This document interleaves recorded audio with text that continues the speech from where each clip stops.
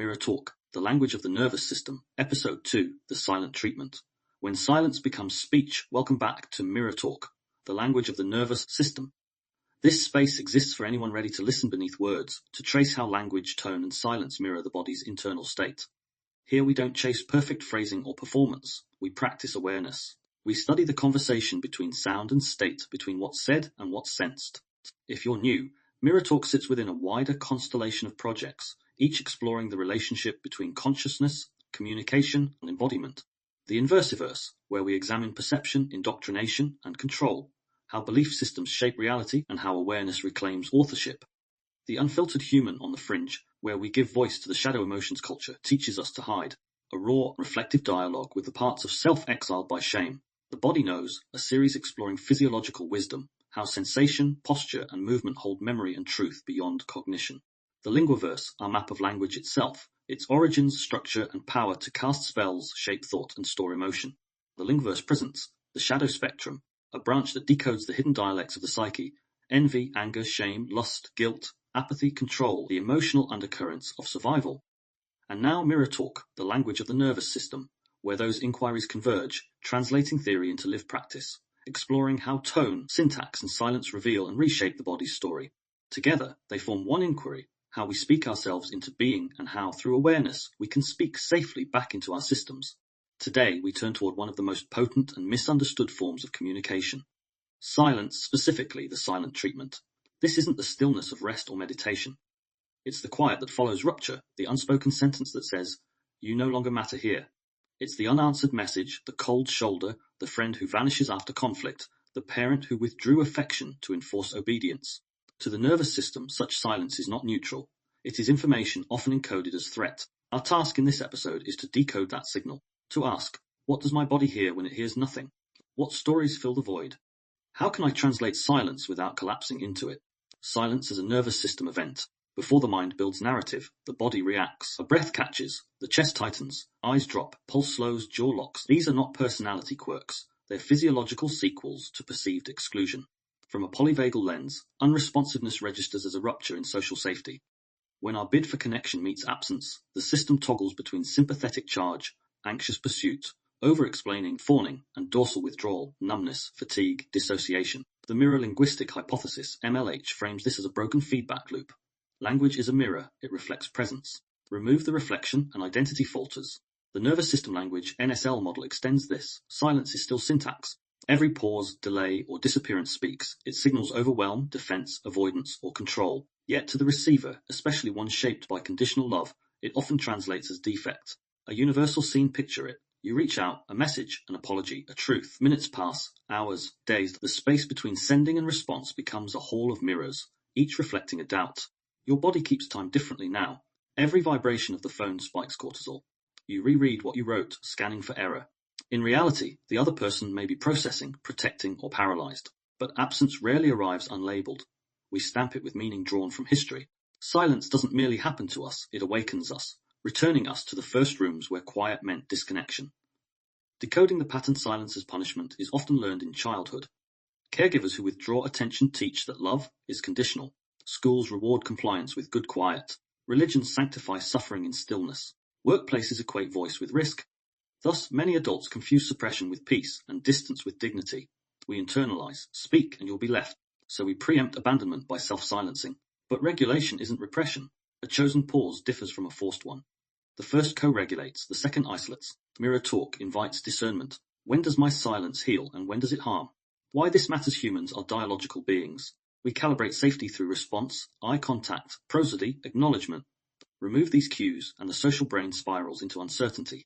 Chronic exposure to unresponsive environments breeds hypervigilance or learned helplessness patterns easily mistaken for personality rather than adaptation. By applying MLH and NSL, we can begin to name the state triggered by silence, differentiate another's capacity from our worth, re-establish dialogue internally through self-validation, practice reframing absence as data, not judgment. In doing so, silence shifts from verdict to signal, something to interpret, not internalize. Moving forward, throughout this episode, we'll explore 1. The scene, default scripts shaped by rejection. 2. State reflection, how your voice changes when unseen. 3. Mirror linguistic decode, phrases born from withdrawal. 4. NSL reframe spectrum, words that restore safety. 5. Lexicon Lab, rewriting the echo. 6. Somatic pause, an embodied practice for visibility. 7. Psychological insight, attachment, polyvagal, and mirror neuron links. 8. Integration prompt, building a vocabulary that answers silence. 9. Closing whisper, reclaiming presence as your first language. 10. Outrow reflections and preview of episode 3, the apology loop, because silence is never empty. It's a mirror waiting for translation. And the moment you learn to read it, you stop mistaking absence for unworthiness. Mirror moment, the unanswered call when silence speaks louder than words. There's a moment we've all lived, one so ordinary it almost hides in plain sight. You reach out, a message, a truth, an apology, an attempt to connect. You press send, and then nothing. Minutes pass. Hours, days. The absence of response becomes its own kind of reply, one that doesn't arrive through words but through the body. The chest tightens, breath shortens, thoughts start looping. You check your phone again, not for information, but for reassurance. The silence has started to speak, and what it says depends on what your nervous system has been taught to hear. For some, that silence feels like punishment. For others, abandonment. For many, it's confusion, a quiet that stirs every old echo of invisibility. This is not overreaction. It's recognition. The body remembers what the mind tries to rationalize. Long before we had words, we learned what disconnection felt like. And the moment it reappears, the system springs into action, not to punish you, but to protect you. Silence as a mirror of the state. In the framework of the mirror linguistic hypothesis MLH, every communicative act, even the absence of one, reflects a state. Silence is not nothingness, it's syntax without sound. When we're ignored, excluded, or met with unresponsiveness, the silence reflects more than someone's choice. It mirrors their state and awakens ours. Let's decode both sides of the mirror. Their silence may come from overwhelm, avoidance, fear, shame, or control. Our reaction reveals our early pattern, how we learn to read absence. Anxious state, I must have done something wrong. Fawn state, I'll fix it, I'll apologize again. Freeze state, I'll disappear before they can leave me. Fight state, how dare they ignore me. Regulated state, something's changed, I can pause and observe. In this way, silence becomes a mirror, reflecting not just external behavior, but internal conditioning. The event may be simple, a delayed reply, a conversation cut short, but the emotional weight belongs to the past. The present moment becomes a portal, inviting us to meet the old wound it mirrors. The physiology of being ignored, the nervous system doesn't register no reply as empty space. It registers uncertainty. And uncertainty is one of the body's least favorite sensations. It activates a cascade of protective responses. The amygdala flags social exclusion as threat. Research equates social pain with physical pain. The sympathetic system spikes, heart rate increases, muscles tense. The prefrontal cortex, craving closure, starts looping stories to fill the gap. If the silence persists, the system may drop into dorsal shutdown. Fatigue, numbness, withdrawal. Why bother? This physiological choreography is not drama, it's data. The body seeks resolution not because it's needy, but because, evolutionarily, connection meant survival. A tribe that went silent on you was a danger cue. To the primal brain, silence can still mean exile. The polyvagal theory, Porges 2011, helps map this sequence. 1. Social engagement system, ventral vagal, seeks eye contact, voice tone, reciprocity. 2. If unmet, sympathetic activation, pursuit, rumination, apology. 3. If still unmet, dorsal vagal collapse, disconnection, numbness. Understanding this arc transforms shame into awareness. You're not too sensitive, you're wired for feedback. Silence isn't just absence, it's incomplete co-regulation. The narrative spiral, stories we tell the quiet silence may have no words, but the mind rushes to fill the gap. Without a reply, we become both author and audience of imagined explanations. They're angry. I said something wrong.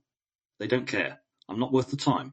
These stories often trace back to earlier scripts. A parent's cold withdrawal after misbehavior, a teacher's silent disapproval, a playground exclusion. Each instance taught a lesson. Silence equals separation. Disconnection equals danger.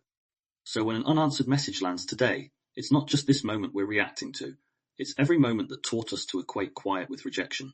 This is why rationalizing rarely helps. Logic speaks English. The body speaks pre-verbal. You can't think your way out of a state response. You have to translate it from alarm to awareness.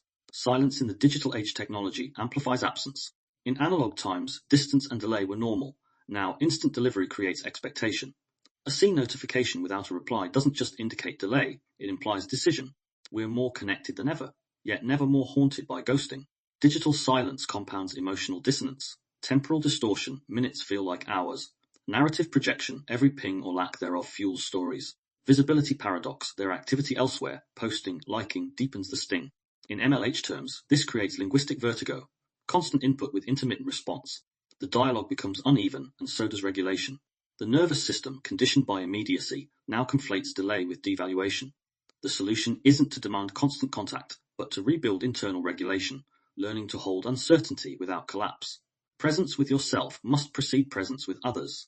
Silence as power, protection, or pain. Not all silence is punishment. Sometimes it's a pause of protection.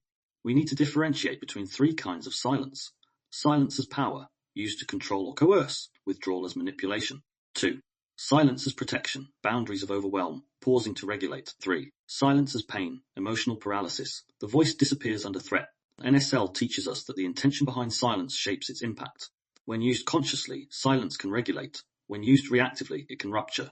Our task is discernment. Is this silence weaponized, weary, or wise?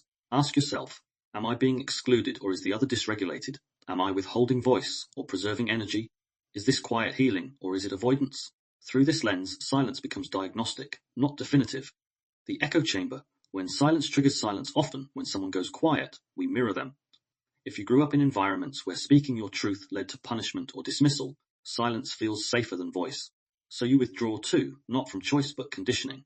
The result is echoic silence, two systems collapsed, each waiting for the other to restore sound. This is where mirror talk becomes practice. In moments of echoic silence, one person must choose conscious sound, a regulated voice that acknowledges the gap. I notice we've gone quiet. Are you needing authority, waiting for permission to speak? Voice fatigue in meetings or conflict, the freeze-form blend. What looks like personality, shy, polite, agreeable, is often policy, a safety strategy learned in institutional silence. But language can't thrive in fear. When the classroom script remains unedited, we carry it into relationships, workplaces, and friendships, mistaking compliance for peace and withdrawal for wisdom. Family lessons. Love with conditions. Before the classroom, there was the living room. Home is where silence first gains meaning. Every family has its dialect. Some shout, some sigh, some simply stop speaking. For many, silence is not the absence of care, but its weapon. Consider these early lessons. I'm not talking to you until you apologize. Go to your room and think about what you've done. Don't speak to me like that. Each phrase carries subtext. Autonomy is defiance. Expression is an error. Love is conditional. When affection is withdrawn as a consequence, the child learns that connection can vanish with a misstep. The body encodes this as hypervigilance, scanning tone, reading faces, anticipating retreat. The adult who emerges from this ecology becomes fluent in emotional labor, apologizing before offense, soothing others before conflict, and interpreting silence as a signal to self-correct. In attachment theory, this maps closely to the anxious preoccupied pattern, a nervous system primed to chase reassurance. Yet even the avoidant child who responded to withdrawal with distance carries the same wound. My voice is too much. The irony is that both patterns orbit the same sun, the fear that silence equals separation, authority and the hierarchy of voice. Beyond family, authority structures reinforce the moral hierarchy of speech. In most institutions, workplaces, religions, and even healthcare, silence is a sign of respect, submission, or spiritual maturity. Speaking up, especially against power, is recast as rebellion. Consider religious silence. Be still and know.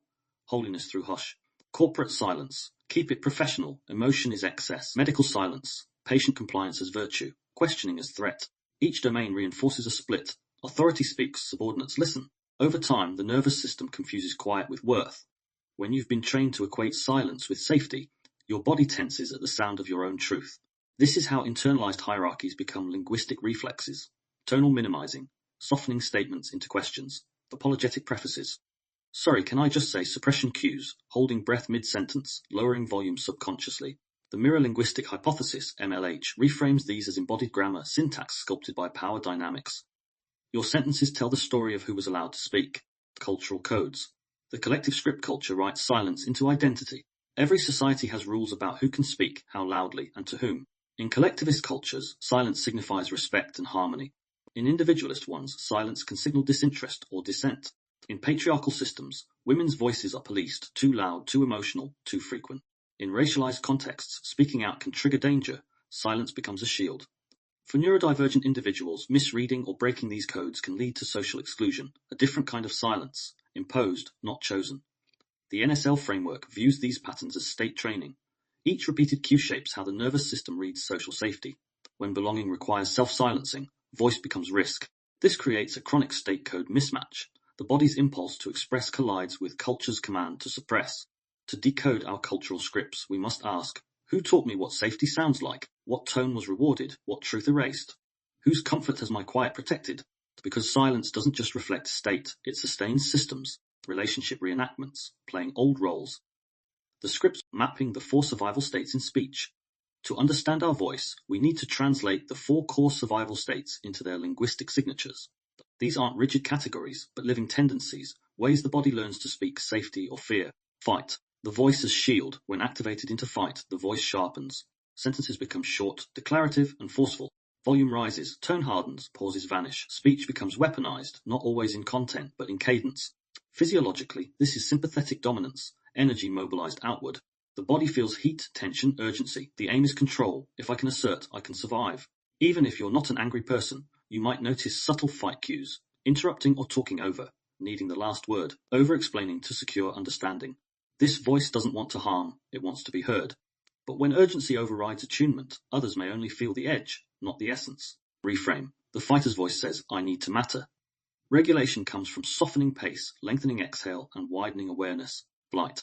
The voices escape in flight, the voice quickens. Words tumble out, racing ahead of breath. Tone rises in pitch, syntax fragments, fillers multiply, like. It's a nervous sprint, trying to reach safety through explanation. Physiologically, sympathetic arousal floods the system. The goal is distance from conflict, emotion, or vulnerability. You may find yourself talking around truth rather than into it. The mind thinks fluency equals safety, the body disagrees. Flight talk often looks like over-intellectualizing feelings, rambling instead of resting, changing topics mid-sentence to avoid discomfort. Reframe. The flyer's voice says, if I keep moving, I can't be caught. Regulation begins with pause, slowing the cadence until breath leads sound. Freeze. The voice's disappearance in freeze, speech becomes scarce or vanishes entirely. Sentences truncate, tone flattens, eyes lose focus. Sometimes the voice stops, a verbal whiteout. You may forget what you were saying, feel disconnected from your body, or hear your tone as distant, robotic. This is dorsal vagal collapse, energy withdrawn to conserve safety. It's not choice, but circuitry. Freeze talk might include saying I don't know when you do, defaulting to silence mid-conflict, feeling invisible even when speaking. Reframe. The freezer's voice says if I disappear, I can't be hurt.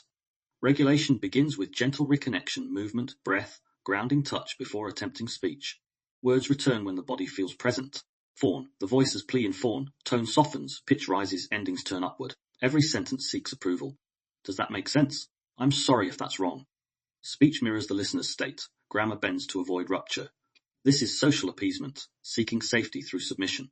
The voice becomes a tuning fork for others' comfort. You may over-apologize, agree prematurely, or modulate your opinion mid-sentence. Language loses shape, becoming a mirror for another's mood. Reframe. The fawner's voice says, if you're okay, I'm safe. Regulation arises through boundary, reclaiming tone as self-expression, not negotiation. No state is wrong. Each is an intelligent adaptation, a dialect of survival. The goal is not to silence them, but to learn their cues. When you can hear which state is speaking, you can respond with care rather than critique. Silence as a state, not a strategy in the silent treatment. Silence isn't always chosen, it's often entered. When the system senses danger, words become inaccessible. The vocal cords tighten, breath shortens, and the larynx lifts. What others hear as withdrawal is often shutdown. There's a difference between choosing quiet and collapsing into it. Chosen silence feels grounding, full. Collapsed silence feels empty, suffocating. To the trained ear, or the compassionate one, even silence has texture. Regulated silence relates to breath, audible, eyes present, body soft. Dysregulated silence relates to breath held, eyes averted, body rigid. This is why just say something rarely works.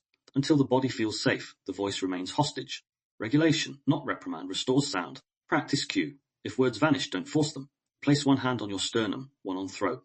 Breathe slowly. Whisper your name, not as demand, but invitation. Sound begins with belonging. The voice-body loop. Prosody as safety signal. Stephen Porges' polyvagal theory introduces the concept of prosody, the rhythm, pitch, and melody of speech. Prosody is the nervous system's music, a non-verbal safety code. A warm, lilting tone signals ventral engagement. A monotone suggests shutdown. Infants recognize prosody before words, soothing tones calm, harsh tones alarm. Adults are no different. We co-regulate through melody, not message.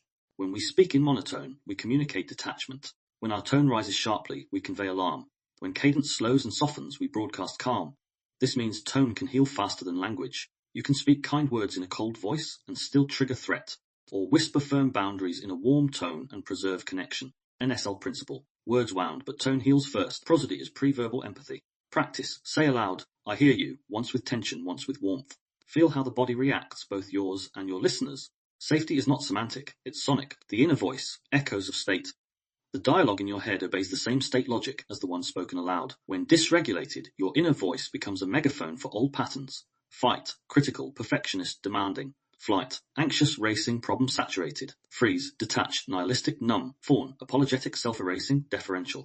In silence, this voice grows louder. You may not hear external sound, but the internal narrative roars, looping scripts of blame or justification.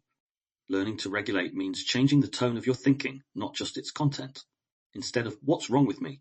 Something in me feels unsafe, I can listen. This shift transforms thought from judge to witness, a cornerstone of NSL fluency.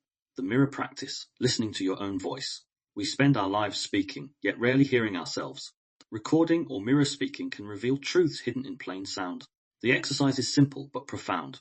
Sit before a mirror or record a voice note. 2. Speak a simple truth. I need space. I feel hurt. I'm not sure what to say. 3. Replay or observe. Ask, how fast did I speak? Where did my breath live, chest or belly? Did my tone rise at the end, seeking approval? Did I rush or hesitate? Did I sound connected or performative? You're not judging, you're translating. Every inflection is feedback from the nervous system. This is mirror listening, a practice of these cues anchor prosody in the presence.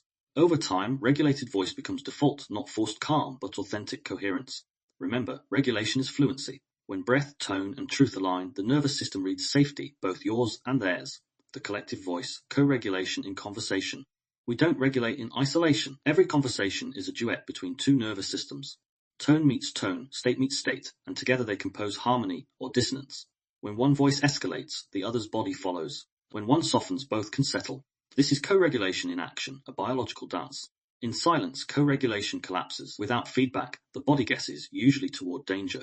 Thus, even minimal vocal acknowledgement. I hear you restores rhythm. It's not trivial, it's primal. In relationships, understanding each other's state language is revolutionary. To the fighter, you're safe, I'm listening. To the flyer, you can pause, I'm here. To the freezer, take your time, no rush. To the fawner, you don't need to fix this, I value your truth. Words become bridges, not barriers. Reflection, translating your tone, take a moment now. Recall a recent silence, a conversation that stalled, a message unanswered. Replay the moment gently. Now, instead of analyzing them, listen to you. What did your voice sound like? What was your breathing doing? Did your tone chase, collapse or plead? Write or speak the answers aloud. Then translate. I spoke fast translates as my body was running. I went quiet translates as my body sought safety. I softened too much translates as I reached for harmony. Each translation turns judgment into data. Your voice is not wrong, it's reporting your state. The task is not to scold it, but to soothe it. The voice is the organ of truth, wrote Aristotle, but truth isn't just conceptual, it's corporeal. Every vibration carries a history, every tone a testimony. When you speak, your nervous system narrates. To know your voice is to know your state. To regulate your tone is to regulate your world. Silence will always return, in relationships, conflict, or contemplation. But when it does, you'll meet it differently. You'll recognize which part of you is speaking, the child, the protector, or the presence. And slowly, word by word, tone by tone, you'll teach your body a new dialect, one where voice and safety share the same breath. Mirror linguistic decode. The vocabulary of withdrawal, how silence teaches the soul to speak in absence. Language is never neutral. Each word we inherit carries a residue, not only of meaning, but of method. The way it was spoken, the state it was spoken from, and the silence that followed. The sentences that shaped us were less about grammar and more about governance, a set of subtle instructions on what emotions were welcome, what truths were tolerated, and what tones were taboo. If every phrase is a mirror, then each one reflects the nervous system of the speaker as much as the soul of the listener. Through this mirror, we learn not only how to speak, but how to be. When silence follows our expression, or when it's used to control or correct, the body interprets it as data. Over time, that data becomes doctrine, a private theology of worth and permission. The messages may seem mundane, but beneath them lies a philosophy, a lived belief about safety, love, and visibility. In this section, we decode those messages, not to assign blame, but to reveal their blueprint. Because before we can speak different to disappear, this is the mirror loop where inherited speech shapes self-speak. The nervous system doesn't differentiate external tone from internal. If we learned love through correction, we correct ourselves to feel loved. Breaking the loop means rewriting the lexicon of worth. I can speak without punishment. I can feel without apology. I can exist without changing or self-editing. This is not affirmation, it's translation, decoding silence back into sound. The Sapir-Whorf bridge. Language shapes perception. The Sapir-Whorf hypothesis proposes that language structures thought, that our vocabulary shapes what we can perceive. If our early lexicon equated voice with danger and emotion with defect, our worldview narrows to fit that frame. Silence becomes virtue, expression vice. We don't just speak language, we see through it. In MLH, this extends further. Tone and omission also shape cognition. The words we never heard, I'm proud of you, it's okay to feel, I hear you, become conceptual blind spots. Absence edits reality. To expand perception, we must expand vocabulary, not by memorizing new words, but by embodying new states. When your body learns that calm and voice can coexist, your lexicon evolves. Language follows regulation. Reflection practice. Hearing the echo, take a moment to pause. Recall a phrase from childhood that still echoes. Maybe it arrives as a tone, a look, a silence that froze the room. Now, write or whisper. 1. The original phrase. 2. What it taught you. 3. How it shaped your current self-talk. 4. A new phrase that speaks safety into the same space. For example, stop crying signifies emotion is wrong, implying to hide it unheld translates to my tears tell truth. Don't talk back warns voice equals risk reflects to stay small or my truth can be calm. You're not erasing the old, you're adding new grammar to your nervous system. Each reframe is a neural revision. Silence teaches as much as speech, but what it teaches depends on who interprets the lesson. When you revisit these old phrases through the mirror linguistic lens, you see they were never about your worth. They were reflections of another's regulation. Their state wrote your syntax. Now, through awareness, you can pick up the pen. You are both student and scholar of your voice, tone, and posture. And in rewriting your inner dialogue, you turn absence into authorship, transforming the quiet that once condemned you into the stillness that now contains you. NSL reframe spectrum. Words that regulate silence, how new phrases rewrite the body's grammar language, doesn't just describe experience, it designs it. Each phrase we use activates neural pathways, hormonal responses, and embodied memories. Some words constrict, others expand, some command the body to brace, others invite it to breathe. When silence has been used to control, punish, or confuse us, our system learns to associate quiet with danger. The goal of nervous system language, NSL, isn't to replace silence with constant speech, it's to infuse silence with safety. We do this by reframing the phrases that once contracted us, rewriting them into statements that restore regulation, agency, and coherence. If MLH shows us that every word is a mirror, then NSL teaches us how to polish it, transforming distortion into reflection. The reframe principle. Every phrase we've inherited exists on a spectrum of state. At one end lies collapse, constriction, fear, appeasement. At the other, coherence, clarity, presence, agency. Our task is translation, shifting a phrase from contraction to expansion. This isn't positive thinking. It's linguistic nervous system training. We're not telling ourselves stories to feel better. We're speaking in ways that signal safety to the body.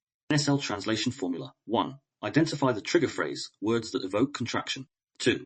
Feel the somatic response. Where does your body tighten, retreat, or rush? 3. Reframe the phrase through safety syntax, tone, pacing, and word choice that invite regulation. 4. Speak it aloud. Notice the physiological difference. Remember, the voice is a vagal tool. Each reframe is not a mantra, but a vocal intervention. Safety isn't only understood, it's heard. Reframe 1. Stop crying. You're feeling a lot. I'm here. Let's begin with one of the most common silencing scripts. Stop crying, a phrase meant to restore order, often leaves the body feeling orphaned. The command severs connection at the moment it's needed most. Somatic impact. Shoulders tense, throat constricts, breath halts mid-chest. Emotion reroutes inwards, stored, not shared. Reframe. You're feeling a lot, it okay, I'm here. This is not indulgence, it's integration. It acknowledges sensation without pathologizing it, and pairs empathy with presence.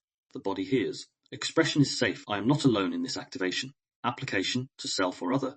Next time you sense tears rising, place a hand on your sternum and whisper, there's a lot moving through me and I can stay with it. By pairing observation with presence, you restore co-regulation internally. In NSL, this shift from command, stop to containment, I'm here, moves the nervous system from sympathetic urgency to ventral engagement. Tone matters as much as text. Soft, steady, downward cadence, a sonic cue of safety. Reframe 2. Don't talk back. I hear you have more to say. When children are told don't talk back, they learn that dialogue equals danger. By adulthood, disagreement triggers shame or shutdown. But feedback is not defiance, it's participation. The NSL reframe transforms hierarchy into harmony. I hear you have more to say. Notice the shift, from prohibition to permission, from control to curiosity, from threat response to relational repair. Physiologically, curiosity co-regulates. The body feels less cornered, more seen. For yourself, you might adapt it internally. My thoughts are valid. I can voice them calmly. When tone mirrors respect, conversation becomes co-regulation, not competition. In NSL practice, this phrase slows cadence, grounds eye contact, lowers pitch, all signals of safe engagement. Reframe 3. They're ignoring me. My body feels unseen. I can see me now. When met with silence, our first instinct is often projection. They're ignoring me. While this may sometimes be true, more often the body is reacting to the feeling of invisibility, a trigger echoing from earlier withdrawals. Reframing begins by translating accusation into awareness. My body feels unseen, I can see me now. This phrase performs two vital functions. 1. It names the state, not the story. Feels unseen versus they're rejecting me. 2. It restores agency, bringing attention back to self-regulation. The nervous system calms when witnessed, even by oneself. Through NSL, we learn that self-seeing is not isolation, it's sovereignty. You're not dismissing relational pain, you're decentralizing external validation. This reframing builds interoceptive trust, the capacity to read and respond to inner cues with compassion. Reframe 4. They're punishing me. Their silence reflects their state. Not my worth silence can feel punitive, a relational exile. But often, withdrawal reflects the other's dysregulation, not your defect. Original belief? I've done something wrong. Reframed understanding. They may be overwhelmed. Their state is speaking, not my shame. The body learns to separate stimulus from self-concept. This is crucial. Misattribution fuels collapse. When we take others' behavior as a mirror of our worth, we internalize their silence as sentence. Through NSL reframing, you practice differentiation. Their silence belongs to them. My safety belongs to me. This phrase recruits the prefrontal cortex, integrating logic with empathy, preventing dorsal drift into self-blame. Reframe 5. I don't know what to say. I can pause and still be present. When words vanish under stress, we often judge ourselves. I don't know what to say. But silence in regulation is not absence, it's alignment. The nervous system sometimes needs pause before production. Reframe, I can pause and still be present. This tells the body that stillness is choice, not collapse. Breath deepens, shame softens, others sense the difference, a silent presence that feels warm, not withdrawn. In NSL, regulated pause becomes a linguistic tool, a quiet interlude that communicates safety rather than distance. Speech isn't always the medicine, sometimes silence is the syntax of sincerity. Tone as translator, why prosody heals first reframing is not merely replacing words, it's retraining tone. Prosody, rhythm, pitch, and melody is the body's emotional signature. The same phrase voiced in tension contracts, voiced in softness soothes. Try this micro-practice. Say aloud, I hear you. First with a clipped, urgent tone, then with a warm descending cadence. Notice the difference in your chest, your breath, your face. The second version signals ventral safety. I'm here, not judging. Your body responds instantly because prosody predates language. In nervous system language, tone is the first grammar. Before meaning, there was melody. Safety is sung, not spelt. The science of reframing, why it works neuroscientifically. Each reframe functions as a neural repatterning cue. When you pair new language with embodied presence, breath, tone, awareness, you engage neuroplasticity, forming alternative pathways between prefrontal regulation and limbic emotion. This process mirrors memory reconsolidation. Recall old phrase, enable and activate emotional trace. Introduce new phrase, creates a new link with safety signal. Repeat allows and reinforces overwrite threat association with calm cognition. Over time, the new phrase becomes the default reflex. You're not denying pain, you're teaching the body a new translation. Each repetition is a rehearsal, a linguistic physiotherapy session for the soul. Mini practice. Speak and feel the shift. Let's experience the reframe spectrum in action. Choose one pair below. Speak both aloud, slowly. Old phrase, stop crying. New phrase, you're feeling a lot, I'm here. Old phrase, don't talk back. New phrase, I hear you have more to say. Old phrase, they're ignoring me. New phrase, my body feels unseen, I can see me now. Old phrase, they're punishing me. New phrase, their silence reflects their state, not my worth.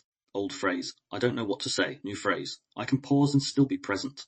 Now pause, ask your body, which phrase made my chest open, which softened my shoulders, which felt like exhale rather than effort.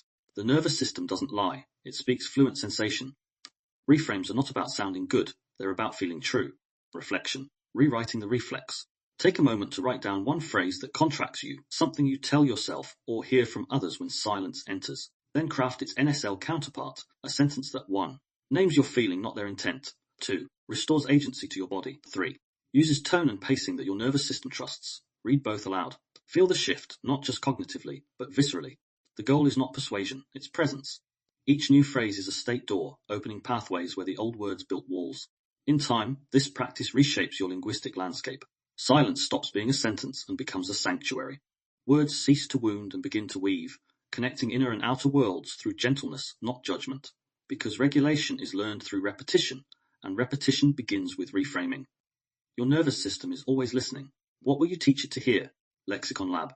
Rewriting the echo, how to translate survival into safety. When silence was our teacher, language became a shield.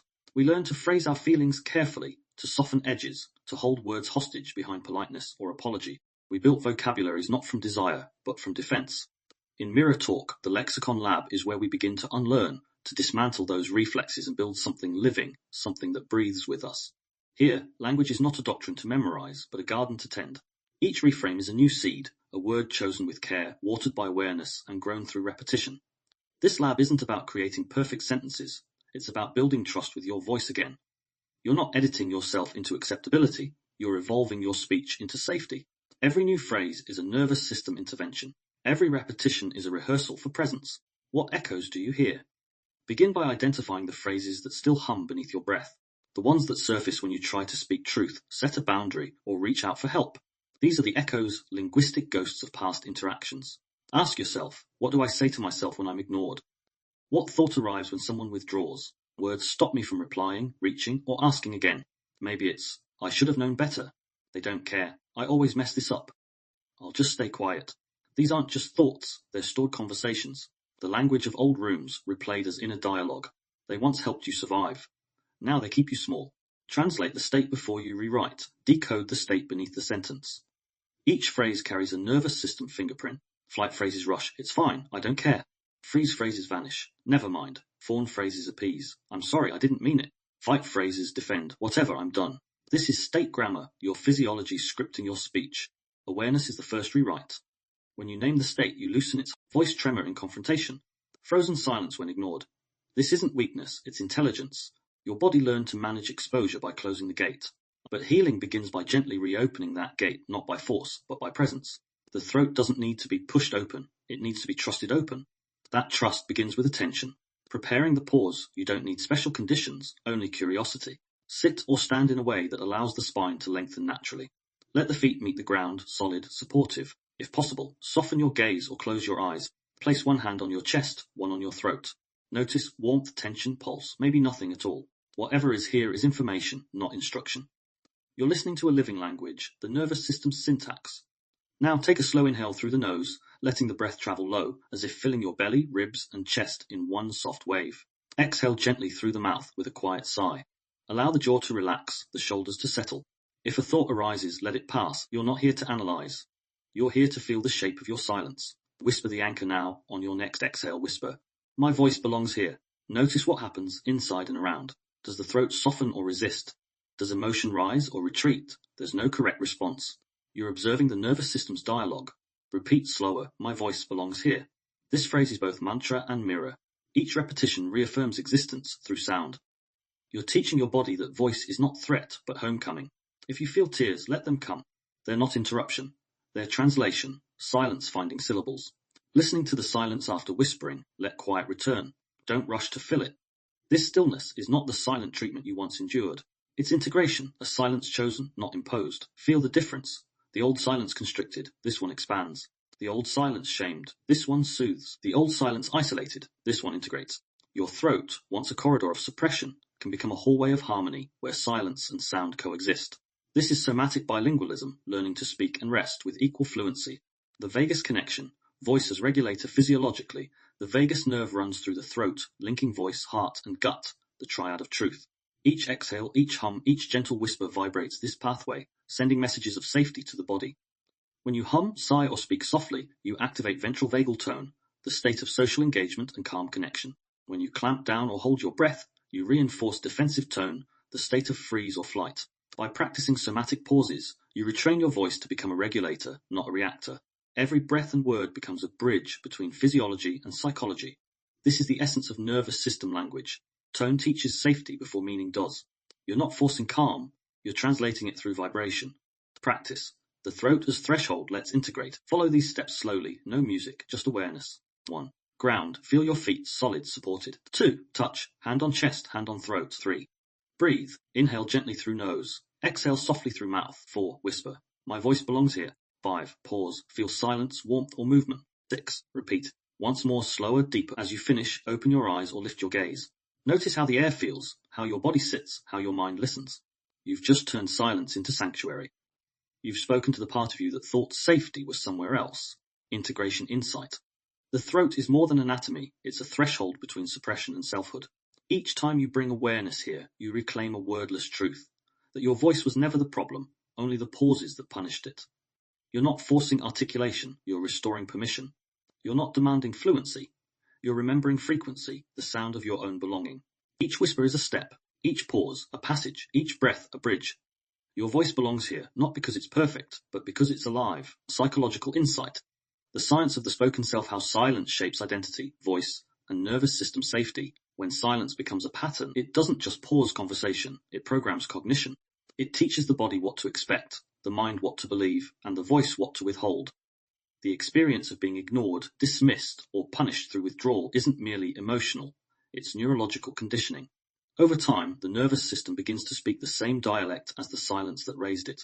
In this element, we'll examine why the silent treatment is so destabilizing, and how it shapes not only our sense of worth, but our grammar of being. We'll explore the science behind this imprint, from attachment wounds and mirror neurons to the unconscious structures that language builds. Through this lens, silence becomes more than absence. It is an environment, a formative tutor in how we express, suppress, and seek safety. Attachment theory, the first dialogue. Every child learns language in context, not just through words, but through attunement. A caregiver's tone, timing, and responsiveness form the proto-conversation of safety. Before the infant speaks, they co-regulate, crying to elicit presence, babbling to sustain attention, gazing to exchange meaning. When these bids are met with warmth, the nervous system learns. My expression leads to connection. This becomes the secure base, the root of a confident voice. But when those bids are ignored or punished, a different grammar forms. My expression leads to rejection. Here, silence becomes syntax. The child internalizes withdrawal as feedback and learns to mute their needs before they're denied. In adulthood, this manifests as hesitation before asking for help, anxiety when messages go unanswered, shame after sharing emotion, I've said too much. From an attachment perspective, the silent treatment reenacts early attachment ruptures, the invisible punishments of absence. The nervous system, built for relational feedback, enters disorganized signaling, alternating between protest, why won't you answer, and submission, I'll stop speaking altogether. The task of mirror talk is to rebuild secure attachment with self, a voice that listens, validates, and stays. You become the responsive caregiver your nervous system once needed. Polyvagal theory. Silence as signal. Dr. Stephen Porges' polyvagal theory describes how our autonomic nervous system responds to safety and threat. It identifies three core states: ventral vagal, connection, calm, curiosity; sympathetic, mobilization, fight or flight; dorsal vagal, shutdown, freeze, collapse. Silence, when used relationally, can trigger dorsal activation. The absence of feedback is read not as neutrality, but as danger. Why? Because social cues, tone, facial expression, response are primary regulators of safety. When they vanish, the body assumes threat. For someone with a history of withdrawal or neglect, this reaction is amplified. The nervous system, primed for rejection, drops rapidly into dorsal collapse. Shoulders slump, breath flattens, thought loops. What did I do wrong? Voice fades or disappears. In contrast, regulated silence, chosen and co-held, can be soothing. The difference is relational context. When quiet is communicated as presence, I'm here, I'm listening, it co-regulates. When quiet is used as control, you don't deserve my voice, it dysregulates.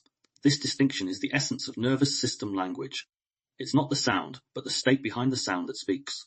Learning to recognize which silence you're in, chosen or coerced, is liberation. Mirror neurons, the contagion of state. Our nervous systems are not isolated processors, they're social mirrors. Through the mirror neuron system, we unconsciously replicate the emotional states of others. Yawning when someone yawns, softening when someone smiles, tensing when someone withdraws. When we're met with silence, especially in conflict, our body mirrors that withdrawal, freezing, fawning, or numbing. If the silent other is tense, our body tightens. If they're dismissive, our tone collapses. Over years, these micromimicries sculpt identity. A child raised around shutdowns internalizes avoidance as empathy, believing silence equals peace. An adult in a cold relationship may mirror muteness as self-protection, mistaking withdrawal for wisdom. In mirror talk terms, this is state contagion, when someone's unspoken tension becomes your internal tone. Reversal begins through state leadership. Even if they shut down, I can stay open. Even if they withdraw, I can breathe. You don't need them to mirror calm for you to remain calm. Your body becomes the tuning fork of the room. Lacanian linguistics. The unconscious is structured like a language. Psychoanalyst Jacques Lacan proposed that the unconscious is structured like a language. Meaning, our internal world, desire, defense and identity is organized through symbols, metaphors and syntax absorbed from early relationships. If silence was the punctuation of your upbringing, it becomes part of your unconscious grammar. You may speak through withdrawal, delay or absence, not because you intend to, but because silence became your mother tongue of safety. Consider, pausing too long before responding, scanning for safety, withdrawing mid-conversation, bracing for backlash, losing words in conflict, syntax collapsing under scrutiny. In mirror linguistic hypothesis, this is seen as linguistic somatization, the psyche translating trauma into the tempo of speech. To heal, we must make the unconscious syntax audible. You start to notice, this pause isn't mindfulness, it's fear. This silence isn't reflection, it's retreat. By naming it, you reintroduce agency. You move from being spoken by old scripts to authoring new ones. Cognitive reappraisal, the power of interpretation. Every silence invites a story. The unanswered text, the partner turning away, the friend who ghosts. Each moment of absence activates meaning-making. In the absence of explanation, the brain fills the gap, usually with self-blame. This is a function of negativity bias and attachment anxiety. Our cognitive system prioritizes potential threat over neutrality, a survival trait misapplied to modern communication. Through cognitive reappraisal, we learn to slow the story. Their silence means they're rejecting me, or their silence might mean they're processing. No reply equals no care, therefore no reply equals no data. Each reappraisal acts as a neural buffer, keeping the body from spiraling into sympathetic panic or dorsal despair. Combined with NSL reframes, it teaches the nervous system to wait for data, not danger. You're not dismissing pain, you're delaying judgment until regulation returns. Emotional memory and linguistic flashbacks. The body doesn't differentiate between then and now when cues match. An unanswered message in adulthood can trigger the same physiological cascade as being ignored in childhood. This is a linguistic flashback, a moment where modern silence reactivates ancient scripts. You might feel disproportionate panic, shame, or anger, not because of the present moment, but because your nervous system has time traveled. Recognizing the flashback allows you to regulate rather than ruminate. 1. Name the echo. This feels bigger than it is. 2. Locate the source. This reminds me of being dismissed before. 3. Ground in now. That was then. I have voice now. In Mirror Talk, awareness is translation, decoding emotional déjà vu back into the present tense. Emotional suppression and voice loss. When silence becomes chronic, speech patterns adapt. The larynx, home of expression, mirrors emotional constriction. Research links chronic suppression to voice strain, breath irregularity, and even immune impact. Psycholinguistics confirms, suppression narrows verbal diversity. People who fear rejection use fewer adjectives, hedging terms, and emotional descriptors. Language simplifies, mirroring internal shutdown. Through mirror talk exercises, whispering anchors, reframe practice, somatic pauses, you reintroduce variation. Speak each aloud, which lands with softness, which tightens the throat. The right reframe isn't the most eloquent, it's the one that exhales. Step 4. Speak through the body. The nervous system learns by sensation, not semantics. So, while reframing, anchor language in physiological awareness. Ground yourself before speaking. Drop your shoulders as you phrase it. Let tone descend, lower pitch, slower rhythm. Pairing the new phrase with body congruence encodes safety more deeply than words alone. Over time, your NSV phrases become somatic shortcuts, each one a door back to regulation. Step 5. Create your nervous system vocabulary notebook. Dedicate a space, digital or paper, for your nervous system vocabulary. Divide it into 3 columns. 1. Trigger situation. 2. Old phrase. 3. New NSL phrase example entry. Situation being ignored after sharing something vulnerable. Old phrase. I shouldn't have said that. NSL phrase. My words were true. Their silence is their state. Review your entries weekly. As you practice, your lexicon will grow from reactive to reflective, from inherited to intentional. This isn't busy work. It's language therapy, teaching your mouth what your heart finally knows. Step 6. Mirror practice. Stand before a mirror. Meet your gaze. Choose one phrase from your NSV list. Whisper it slowly, then again. Let your reflection hear the tone that was once withheld. This is mirror linguistic integration, reuniting image, sound, and self. Each repetition reintroduces you to your reflection as ally, not audience. If tears come, let them. They're old echoes exiting through sound. Step 7. Anchor in daily dialogue. Your new vocabulary isn't just for solitude, it belongs in conversation. Try small integrations. Instead of I'm fine, say, I'm figuring it out, thanks. Instead of it's nothing, say, it's okay, it matters a bit. Instead of silence, say, I need a moment, but I'm here. These micro shifts weave truth and tenderness into daily speech. Each one affirms, I can stay in connection without disappearing. Reflection prompts. Take a moment with these reflections. What words make your body exhale? Which phrases tighten your throat? What statement could you gift your younger self when they were ignored? How does your tone change when you speak from safety versus survival? What silence today could become sanctuary rather than exile? Answering them in writing or aloud helps translate cognition into compassion. Reflection is the rehearsal, repetition is the rewire. Closing thought. Vocabulary is regulation. Every nervous system speaks a dialect of its history. You can't erase the old one overnight, but you can teach it a new accent, one that sounds like patience, presence, and peace. Each phrase you practice is a recalibration, of breath towards softness, of tone towards safety, of meaning toward truth. Your nervous system vocabulary isn't about finding the perfect word. It's about reclaiming the right to speak at all, in ways that honor what your body knows and what your soul still longs to say. The sound beneath silence, how to reclaim presence when words disappear. Silence is never neutral. It speaks through breath, tension, avoidance, and stillness. For many of us, it became a teacher before we could understand its lessons. Some learned silence as safety, others as punishment, but all of us at some point were shaped by what wasn't said. The silent treatment, whether deliberate or unconscious, can leave marks deeper than harsh words ever could, of absence, but a rhythm of presence. Until next time. Thank you for joining me in this reflection. If this conversation stirred something, take a moment before moving on. Notice your body. Notice what silence feels like now compared to when we began. Mirror talk isn't about speaking perfectly.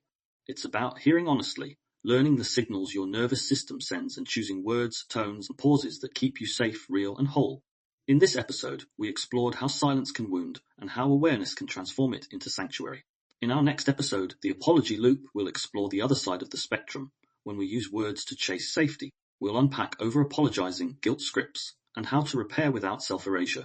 Until then, stay curious with your quiet. Let your breath lead before your words follow. And remember, silence isn't always rejection. Sometimes it's recognition that you're safe enough to pause. You've been listening to Mirror Talk, the language of the nervous system. I'm James Miller.